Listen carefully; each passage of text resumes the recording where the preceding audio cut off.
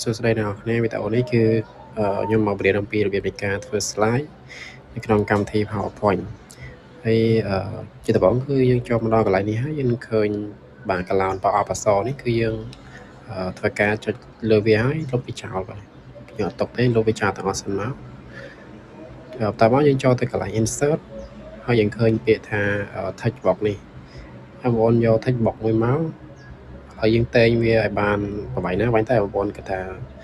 ងាយស្រួលក្នុងការ share អក្សរហើយឥឡូវខ្ញុំវាយអូខេឥឡូវខ្ញុំយក font វាសិនយក28ចុះហើយយើង share សកលវិទ្យាល័យបាទសកលវិទ្យាល័យយើងឈ្មោះអីគេយើង share តាមនឹងមកនេះដាក់សកលរបស់ខ្ញុំសកលវិទ្យាល័យ Betty អន្តរជាតិបាទ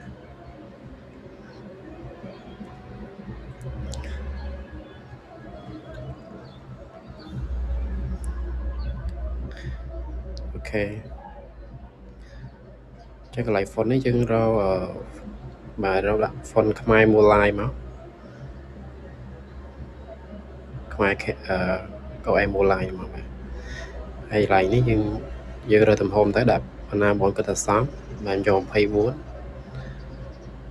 ហើយយើងសេរីវាឲ្យចំកដាលមកកដាល slide របស់យើងណាដើម្បីឲ្យមើលទៅឃើញស្អាតហើយឥឡូវនេះគឺយើងអាចដូរពណ៌អក្សរបានបាទខ្ញុំយកដាក់ពណ៌អីក៏បានដែរខ្ញុំយកពណ៌ខៀវចុះហើយកន្លែងនេះគឺយើងអាចដាក់អក្សរដិត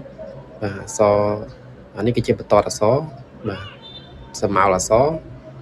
ចាំបងប្អូនអាចដាក់តាមការចូលចិត្តរបស់បងប្អូនបានហើយចូលមកកន្លែង insert នេះដើម្បីធ្វើការដាក់រូបចូលបាទអញ្ចឹងនេះគឺជា logo សាលារបស់ខ្ញុំហើយយើងធ្វើការ insert មកហើយយើងអាចអស់វាមកលើនេះមកនេះអស់មកកន្លែងអក្សរយើងហ្នឹងមកយើងដាក់ឲ្យមើលទៅឃើញស្អាតណាអូខេបើសិនជាបងប្អូន logo សាលាផ្សេងយើងអាចដាក់នៅកន្លែងនោះដូចគ្នាបាន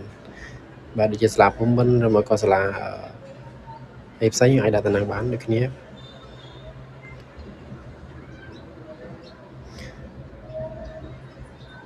ហើយយើងបង្កើត text box មួយទៀតមកហើយនេះយើងសេជាអក្សរឡាតាំងបាទព្រោះយើងរៀននៅ University មួយណាយើងសរសេរនៅក្រោមនោះមកដើម្បីឲ្យមើលទៅវាឃើញស្អាតចឹងវាមានអង់គ្លេសផងវាមានខ្មែរផងអូខេ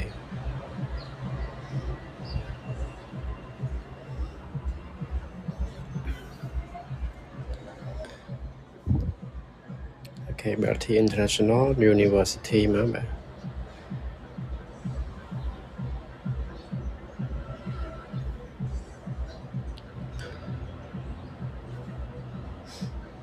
ឥឡូវខ្ញុំចូលមកកន្លែង font នេះចំពោះ font អង់គ្លេសគឺយើងប្រើTimes New Roman បងបាទអញ្ចឹងយើងវាយពាក្យថា Times New Roman មកបាទហើយយើងចុច enter វាមកតមកវាចូល font ហើយទៅការស្រាយsize របស់វាខ្ញុំយក28បាទបោះមក20ក៏បានដែរបងប្អូន20វាទួយតិចខែយើងអស់វាមកកតាតិចមកដើម្បីវាស្មើស្អាតហើយជំនាញបន្តទៀតគឺយើងបែរដាក់ជាមួយនឹង topic ចឹង topic គឺយើងដាក់នៅក្រោមនេះអូខេឥឡូវនេះគឺយើងអាចដូរពណ៌អក្សរបាន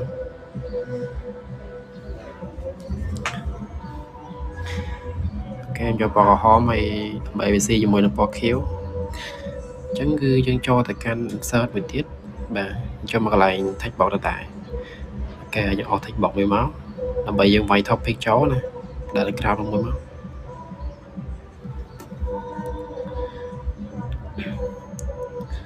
អូខេចឹងខ្ញុំសេថា topic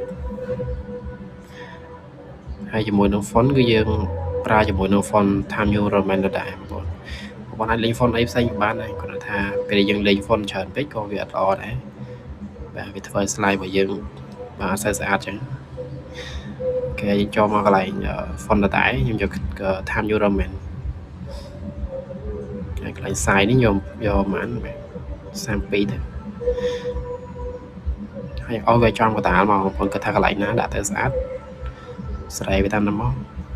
ហើយយើងឡើងបដូរពណ៌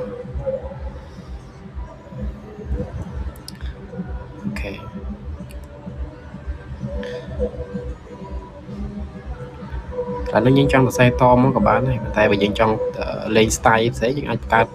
chúng mình xem thay mày món là mày đại cho nó chơi topic bây giờ này tại em xong copy này môi sân là mày em xe này càng cao mới đã tha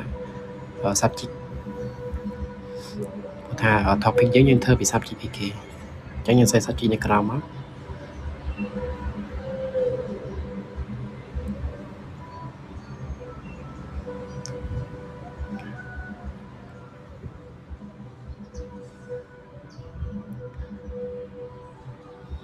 có món trong cho đồ về muối hay nằm bày sợi cho mùi nướng sai mà về cho tôi tí chứ cái này giờ thông cái phá thôi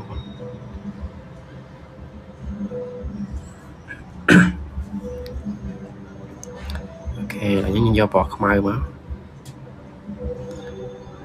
tao mong lại ní cái nhâm xong đã chào lấy một con cho xe sắp chỉ ký đã năn thẳng nó màu ok nhâm tập lịch kết với môi tiết bà bây giờ lại bánh theo bà xin dân cho copy với những ai cho control C của bác nó mới có control D mà các bạn này sao nhâm phải control D vì duplicate mau chẳng này ok lại như là ra chờ cho máu rồi lên cổ những chung mùi cái những đại trong cổ nào màu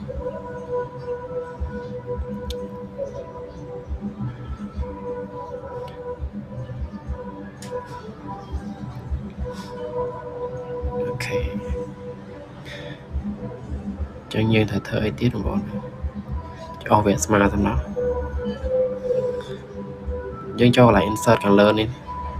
cho lại shape chứ một bọn rơi shape mới má bạn cho nhầm dò mù đi để mà nhầm mà lại topic càng lớn này bạn đặt topic nên nào cho những bài nào mà bạn thà topic giống thời bị ấy kia chứ ok slide này đã tha cho đã rồi mình tay kêu thì bọn đại bị tranh ta rong vốn đấy bạn này bọn mơ tam trong tới lại nào ở bãi ai khai bị tổ từ cái đài bạn mới có comment ở trong video này các bạn này